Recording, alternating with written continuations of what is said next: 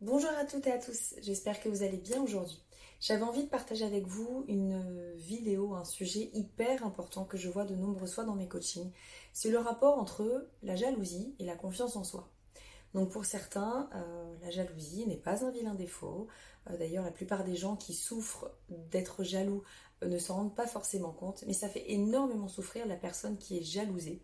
Et ça fait aussi souffrir la personne qui est jalouse parce que c'est invivable, c'est prenant, c'est vraiment un sentiment qui ronge de l'intérieur, presque comme la culpabilité, comme la peine, qui est vraiment un sentiment, une émotion lourde de sens, parce que la jalousie en fait englobe derrière beaucoup trop de choses.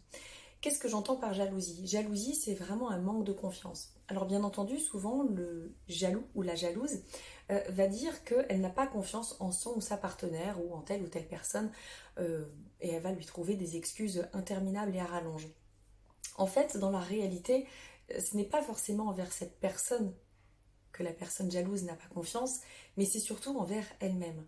Tout simplement parce que quand on manque cruellement de confiance, et en soi, on a du mal à faire confiance en l'autre. C'est un petit peu pareil que quand on manque d'amour de soi, d'amour propre, eh bien il est difficile pour soi d'aimer les autres à leur juste valeur et d'aimer tout court. Ou alors on trouve toujours des trucs un peu alambiqués pour pouvoir se dédouaner d'un truc. Donc l'idée en fait de vous partager cette courte vidéo, c'est simplement de prendre conscience que si vous voulez vous dégager de cette jalousie, qu'elle vienne de vous ou qu'elle vienne de l'extérieur, eh bien il va falloir apprendre à déjà vous faire confiance.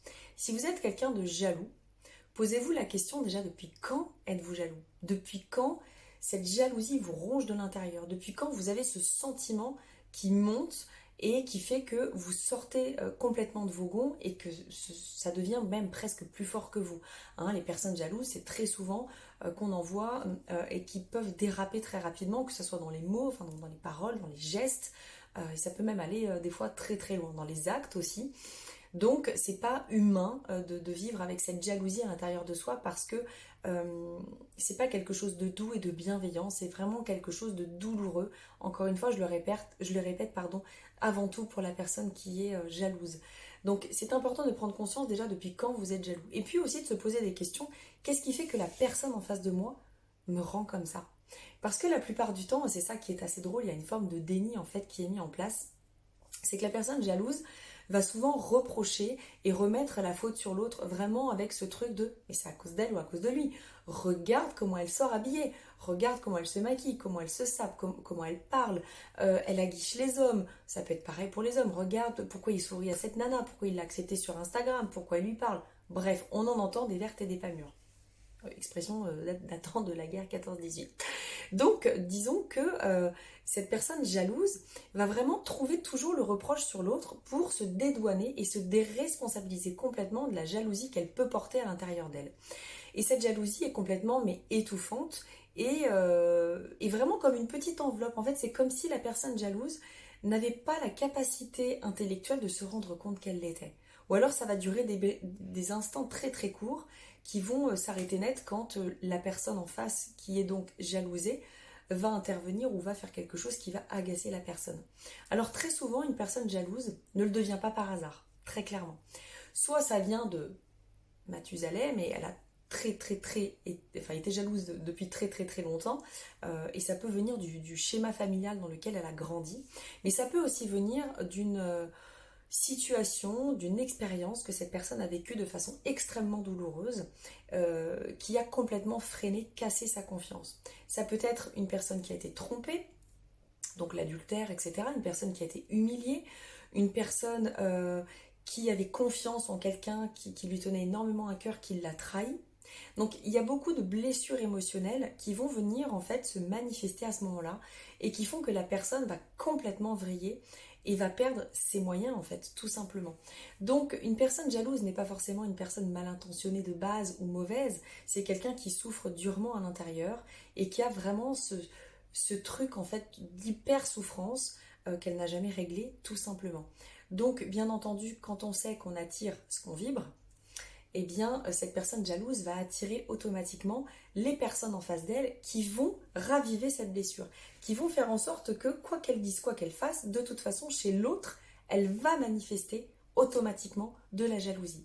Donc, bien entendu, ces deux personnes sont faites pour se rencontrer afin que dans le but de l'expérience de la vie, chacune d'entre elles expérimente et grandisse. C'est-à-dire que la jalouse ne soit plus jalouse et que la personne jalousée, eh bien, change peut-être quelque chose pour ne plus attirer aussi ces personnes jalouses. Parce que ça veut dire que chez elle, il y a aussi ces...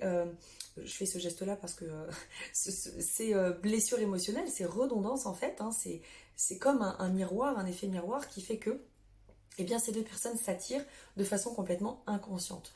Donc, ce qui est important de prendre en compte, si vous êtes jaloux ou si vous êtes jalousé, c'est déjà de vous poser la question de votre propre confiance. Parce que l'on soit dans un camp ou dans l'autre, on est automatiquement avec une déficience de confiance en soi et d'estime de soi. Qu'est-ce qui fait que vraiment on a ce truc en nous? Qu'est-ce qui fait que, en tant que personne jalouse, je continue d'être dans ce schéma-là et que je n'arrive pas à passer au-dessus? Qu'est-ce que l'autre me renvoie de douloureux chez moi? Qu'est-ce qui se réanime chez moi et qui fait que là, c'est difficile? Et à l'inverse, la personne qui est jalousée, de se poser la question, qu'est-ce qui fait que quelque part, j'aime que l'autre en face de moi soit hyper jaloux? Parce que automatiquement, il y a de façon très inconsciente, je dis bien attention, hein, c'est pas forcément volontaire et conscient, mais il y a de façon très inconsciente quelque chose chez soi qui vient manifester chez l'autre cette jalousie. J'espère que vous me suivez dans mon explication. Et tout ça pour vous dire que si vous voulez vous sortir de ces schémas-là, encore une fois, dans un cas comme dans l'autre, il est primordial de vous poser la question de votre propre estime de vous et de votre propre confiance. Avez-vous confiance en vous-même? Avez-vous confiance en ce que vous faites, en ce que vous êtes, en ce que vous dégagez comme image? Qu'est-ce qui fait que chez l'autre, vous avez le sentiment que quand la personne en face de vous est jaloux, ça vous rend plus fort? Qu'est-ce qui fait que cette jalousie chez l'autre vous donne de l'amour? Qu'est-ce qui fait que cette pseudo-emprise et pseudo-dépendance aussi fait que vous vous sentez aimé à ce moment-là et pas dans d'autres moments? Donc ça, ce sont des questions vraiment primordiales que vous devez vous poser. Bien entendu, on ne va pas toutes les expérimenter, les expliquer ici parce que ça serait interminable, tant pour vous pour moi, soyons clairs,